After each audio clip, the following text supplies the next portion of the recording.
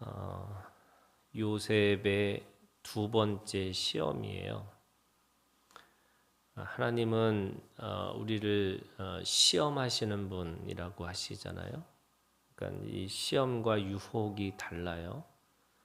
시험이라고 하는 것은 그 시험을 통해서 이 하나님이 우리에게 주시는 시험을 통해서 세 가지를 시험을 하시는 거예요. 첫 번째는 그 시험을 통해서 하나님은 우리의 죄를 드러내게 하셔요. 근데 그 죄가 그 드러내는 죄를 통해서 어떻게 하기를 원하시냐면 그걸 통해서 자라나기를 원하세요. 그 자라난다는 것이 뭐냐면 이 믿음이라는 것이요. 오늘 우리에게 이 그 모든 하나님이 우리에게 주신 은혜는 100%의 은혜지만 그 은혜를 깨닫는 우리의 몸은 어쩔 수 없이 시간적이고 또 과정이라고 할 수밖에 없어요. 그래서 적은 믿음이 있고 큰 믿음이 있어요. 이거는 분량을 얘기하는 거예요.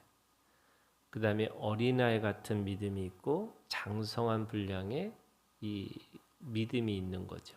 이것은 이게 과정이라는 뜻의 의미가 있어요. 그래서 우리가 믿음이라는 것이 그냥 고정되어 있는 게 아니고 그 과정 가운데 있다 이렇게 얘기를 하시는 거예요. 그래서 그 믿음의 과정에서 이 자라나기를 원하시는 거고 적은 믿음에서 큰 믿음으로 되어지기를 원하시는 거예요. 그게 하나님이 우리에게 주신 시험이에요. 죄를 드러내게 하셔서 그러니까 그 죄라는 것은 한계를 얘기하는 거예요. 그들이 가지고 있는 한계와 오류를 드러내게 하셔서 그 한계를 뛰어넘기를 그 오류를 바로 고치기를 원하시는 거죠. 그리고 나서 자라나면은 어디까지 자라나는 거냐? 바로 그리스도의 장성한 분량까지 자라나는 거예요. 그래서 그 시험이라는 것은 이 성장통을 통해서 온전하고 완전한 믿음이 되어지기를 원하세요. 이 완전하다 하고 온전하다고 달라요. 이 완전하다는 것은 하나님 아버지가 우리에게 완전하신 것처럼 그 하나님의 완전까지 가라는 거예요. 온전이라고 하는 것은 각각의 자기가 가지고 있는 믿음의 분량만큼이에요. 그러면 그 믿음의 분량만큼 이게 온전하게 그렇지만 하나님이 완전하신 것처럼 우리도 완전한 믿음으로 그래서 완전한 믿음으로 자라나기를 원하시는 거죠. 그래서 하나님은 우리를 유혹하시는 분이 아니에요. 근데 시험을 하세요. 왜냐하면 그 오류와 한계를 넘어서 그 점점 더 분량이 또는 그 온전과 완전의 믿음을 가기를 원하시기 때문에 그래요. 오늘 요셉은 그 형제들에게 이 은잔을 숨겨주면서 그 은잔을 드러내면서 이 은잔의 시험을 통해서 그들이 가지고 있는 한계와 오류를 넘어서기를 원했어요. 그들에게는 말 못할 각각의 숨겨진 죄들이 있는 거죠. 그것이 뭐냐면 그 형제 요셉을 죽이고 또 죽이고자 하는 그 마음을 가지고 그 요셉을 팔았던 은밀한 죄, 숨겨진 죄가 있어요. 이 은잔의 시험을 통해서 그거를 통과하기를 원하는 거예요. 그게 그래서 오늘 이 44장은 45장의 진정한 화해를 가기 위한 전 단계의 이 형제들의 회개의 이 회개장이에요. 그들이 돌아올 수 있는 그 유일한 길을 열어주는 것이 바로 이 은잔의 시험이에요. 그래서 오늘 이 말씀에서 가장 중요한 그 절이 몇 절이냐면 13절에 있는 말씀이에요. 13절이 그들이 옷을 찢고 각기 짐을 나귀에 싣고 성으로 돌아가니라 이렇게 얘기합니다. 지금 이 요셉의 의도는 뭐냐면 일부러 은잔을 숨겼어요. 그것도 누구한테 숨겨놨냐면 베냐민한테 숨겨놨어요.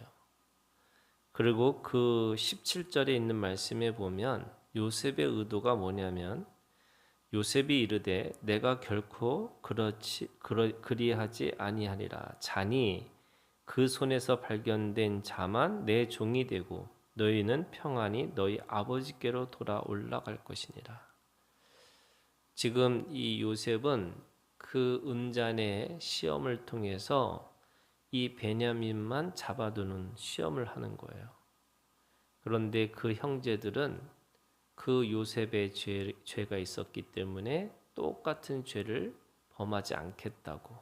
그것이 13절에 옷을 찢고 라고 하는 이 회개의 모습이에요. 그들은 이 베냐민만 이 대속자로 세우지 않겠다는 거예요. 그러니까 이 베냐민만 이 죽음의 자리에 있게 하지 않겠다라고 하는 거예요. 이 요셉이 팔려가서 총리가 된 게 13년 정도 됐어요. 그리고 가뭄의 시간, 풍년의 시간이 7년이 흘렀어요. 그러니까 이 가뭄의 시간이 오는 것은 20년이 지난 시간이에요.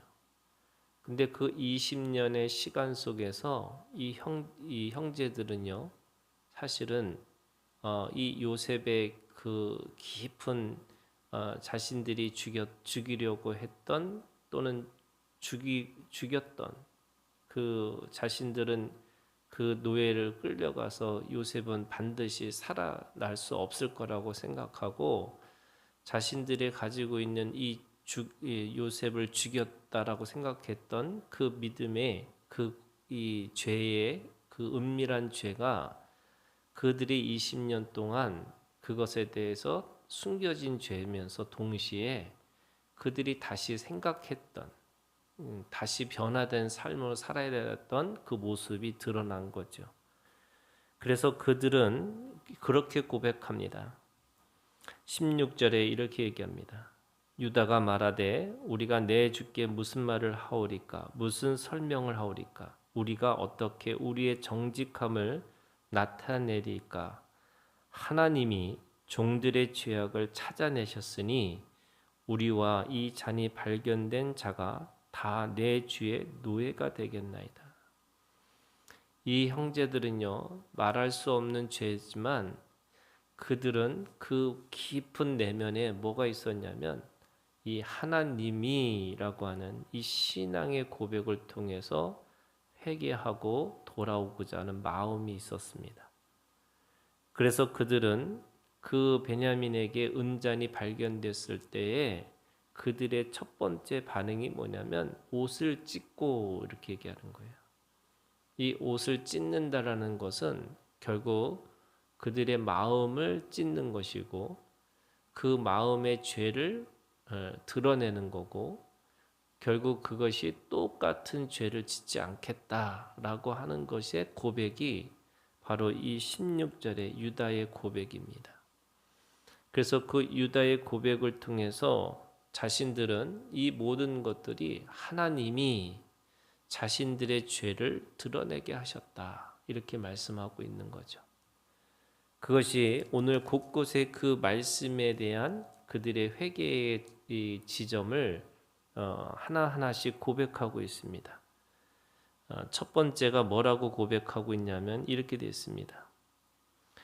9절에 당신의 종들 중 누구에게서 발견되든지 그는 죽을 것이요 우리는 내 주의 종들이 되리이다. 그들은 그 은잔을 숨기지 않았다는 것을 어떻게 이해하고 있냐면 그들이 그 한 사람의 죄가 모두의 죄라고 고백하고 있습니다. 그러니까 이 요셉을 죽이고자 했던 그들의 마음이 이제는 이것이 개인의 어떤 죄가 아니라 공동체의 죄구나. 그리고 한 사람이 아니라 우리가 함께 한 몸이구나 라고 하는 것에 대한 고백을 하고 있습니다. 여러분, 우리가 가지고 있는 이 신앙의 변화가 뭐냐면요, 나로부터 우리를 보는 거예요. 이게 신앙의 변화입니다. 또 이 우리를 통해서 뭘 보는 거냐? 하나님을 보는 거예요. 그게 하나님의 나라를 보는 겁니다. 내가 비록 이것이 나에게 무슨 의미가 있을까? 이것이 아니라 우리라고 하는 이 공동체를 바라보는 것이 믿음의 성장입니다.